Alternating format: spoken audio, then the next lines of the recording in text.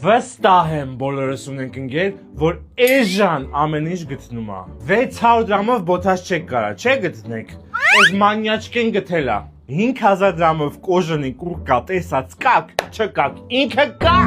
Ու հարցը ինչի որ ինքը փող չունի, ինքը ունի, ինձնից է շատ ունի։ Ուղղակի ինքը ֆետիշիստ կա է, էժան բաներ է սիրում։ Երևի դրա համար է այդ տղուն ընտրեց։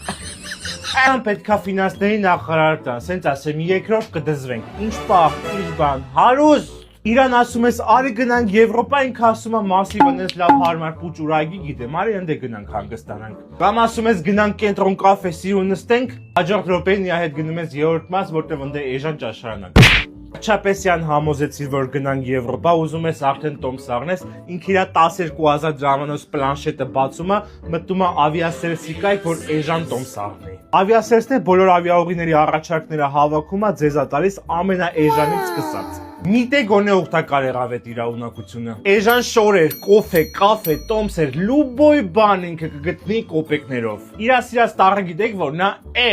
էժան։ Դրա համար է եւ ավիասերվիսից դուրս չի գալիս։ Այդ բառն է։ Ինձ թվում է ինքը էժան բառը ավելի շատ է արտասանել, քան թե մամա բառը։